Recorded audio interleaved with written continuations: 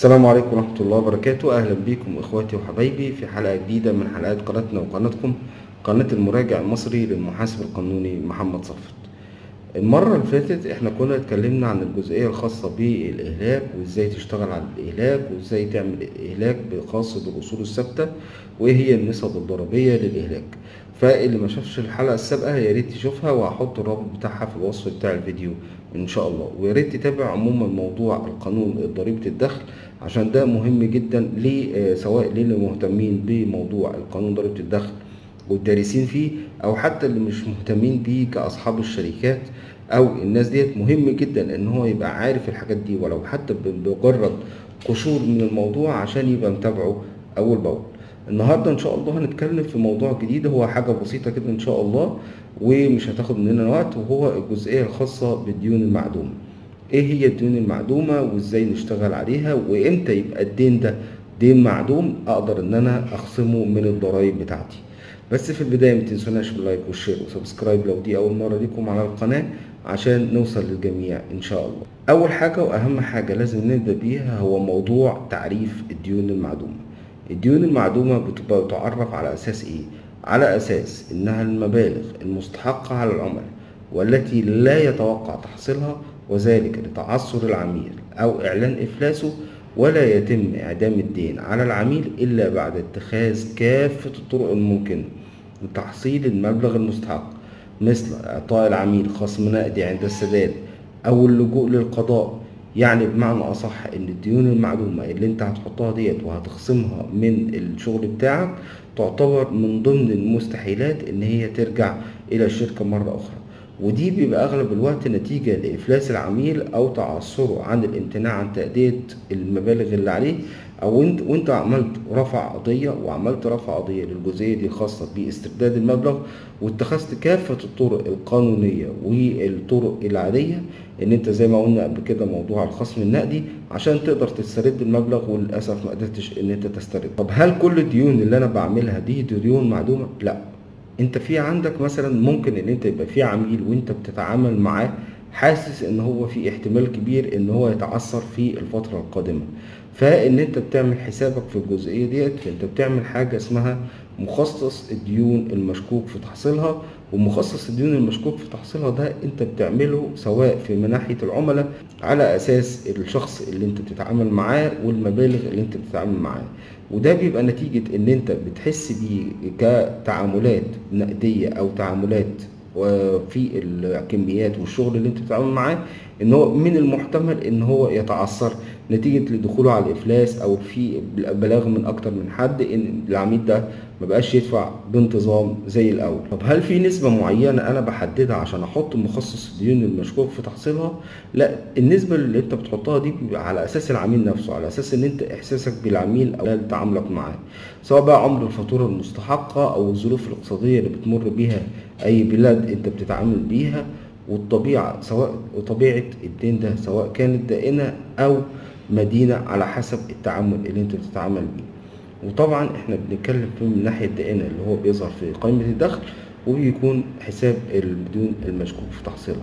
بس مهم جدا ان انت تبقى عارف جزئية مهمة قوي، ان الديون المشكوك في تحصيلها والمخصص دوت دين ما بيعتبرش من ضمن المخصصات اللي انا بخصمها في الضرائب. يعني ايه الكلام ده؟ يعني مخصص الديون المشكوك في تحصيلها لا يعتبر من ضمن المخصصات اللي ممكن اخصمها في الاقرار الضريبي بتاعي، وان عند اعداد الاقرار انت بتحطه بس كمعيار محاسبي في الميزانيه بتاعتك، انما لما بتيجي بتعده في الاقرار بيتم رد المبلغ دوت لأوعاء الضريبة وبتبتدي تحسب على أساسه الضريبة بتاعتك، لأن هو ما يعتبرش من ضمن المخصصات اللي ينفع إن أنا أخصمها في الضرائب. طيب امتى اخصمها في الضرائب؟ لو اتنقل بقى المخصص الدين المشكوك في تحصيلها دي وبقى دين معدوم. طيب هنرجع بقى للجزئيه الاهم في الجزئيه بتاعتنا اللي هي جزئيه الدين المعدومه. طب انا دلوقتي امتى يعتبر من ضمن الضرائب ان الدين ده دين معدوم عشان اقدر اخصمه من الضرائب؟ طيب وفقا للماده 28 من القانون الضرائب اللي هو 91 سنه 2005 اللي هو الضرائب اللي احنا بنشتغل عليه الى الان او الحين اعداد هذه الحلقه، بيسمح بخصم الديون المعدومة اللي قام الممول باستبعادها من دفاتر المنشأة وحساباتها، بس إذا قام الممول بأخذ تقرير من أحد المحاسبين المقيدين بجدول المحاسبين المراجعين بيفيد بتوافر الشروط الآتية. والشروط دي مهمة جدا عشان على أساسها تعتبر الدين ده بالنسبة لك هو دين معدوم. رقم واحد، إن يكون لدى المنشأة أو الشركة، طبعا احنا لو الشركة شركات زي شركات الأموال من المطالب أصلا إن يكون حساباتها منتظمة، وفي الفترة القادمة هيبقى أغلب الحسابات اللي هتقوم بيها المنشآت أو الشركات هيبقى مطلوب إن تكون الحسابات بالنسبة لها منتظمة، وده هيبقى الأفضل سواء حتى من المنشأة الفردية لحين أكبر نوع من أنواع الشركات. ودي كنا شرحنا الجزئية بتاعتها قبل كده، بس احنا هنتكلم عليها بشكل مبسط. إن يكون عندك مبدئيا دفاتر يومية وجرد بيتم توثيقها من الغرفة التجارية للشركة التابعة ليها مع الإثباتات الإلكترونية المطلوبة بقانون الإجراءات الضريبية اللي هو 206 لسنة 2020. طيب ده عشان نقدر نقول إن الحسابات بتاعة الشركة أو المنشأة بتاعتك تمسك حسابات منتظمة. رقم 2، إن يكون الدين مرتبط بنشاط المنشأة، يعني نشاط المنشأة معتمد على الدين دوت وبيشتغل على أساسه. رقم 3، إن يكون سبق إدراك المبلغ المقابل للدين ضمن حسابات المنشأة. يعني بمعنى أصح، أنت لو أنت فرضا إن أنت تاجر في الملابس، بمعنى أصح جيت المفروض إن أنت بتحصل المبالغ دي منه وأنت أصلا مش ذاكرها في دفاتر المنشأة بتاعتك، إيه اللي بيحصل؟ في حالة تعثر دوت وأنت مذاكرتهاش أصلا في الدفاتر بتاعتك، ما ينفعش ان انت ترجع بعد كده وتعتبر ان الديون دي ديون معدومه، لان انت ما ذكرتهاش في الاصل من ضمن حساباتك او دفاترك القانونيه. فمهم جدا ان انت تعتبر وتحط الحاجات دي اول باول في الدفاتر بتاعتك وتأيد حساباتك اول باول وبشكل منتظم، عشان لو لا قدر الله بقى في دين من الديون اللي هتعتبر ديون معدومه لازم تسجلها اول باول وتبوبها عندك في الحسابات بتاعتك وفي دفاترك عشان تقدر ان انت تعمل الديون دي معدومة وتعترف بيها الضرائب. رقم 4، ودي من اهم الشروط، ان تكون المنشأة اتخذت اجراءات جادة لاستيفاء الدين ومتى ما كانتش من تحصيله بعد 18 شهر من تاريخ استحقاق الدين. وبيعتبر من الاجراءات الجاده، يعني انا دلوقتي احنا قلت اجراءات جاده، فايه هي الاجراءات الجاده؟ الاجراءات الجاده عشان تقدر ان انت تستوفي الجزئيه بتاعتك دي، رقم 1 الحصول على امر اداء في الحالات اللي بيجوز فيها صدور حكم من محكمه اول درجه بالزام المدين باداء قيمه الدين. رقم 2 المطالبه بالدين في اجراءات تنفيذ حكم الافلاس المدين او ابرامه صلحا واقيا من الافلاس. طيب في الحالة دي إذا تم تحصيل، يعني طبعا الحاجات دي تعتبر من ضمن الإجراءات اللي أنت على أساسها قلت إن الحاجات ديت كده إن أنت عملت الإجراءات اللي أنت تقدر على أساسها إن أنت تحط الدين دوت من ضمن الديون المعدومة بتاعتك. طب في حالة إن أنا لو حصلت جزء من المبلغ دوت أو كل المبلغ ده بعد كده بعد ما حطيته كدين معدوم وخصمته من الإقرار بتاعي وأنا بقدم الإقرار، على حسب السنة اللي انت حصلت فيها الجزء من المبلغ او كل المبلغ من الديون المعدومة هتضيفه من ضمن ايرادات المنشأة في السنة اللي انت حصلت فيها.